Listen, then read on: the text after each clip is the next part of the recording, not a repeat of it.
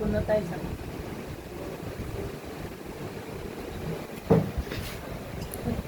একটা গালের দিয়ে এনে খায় বুঝছো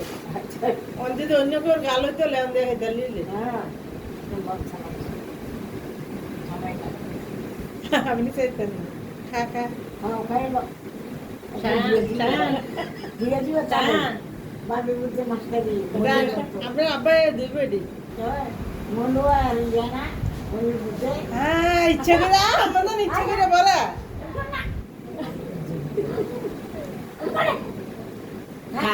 খাও খাও খাও নিজে ইচ্ছা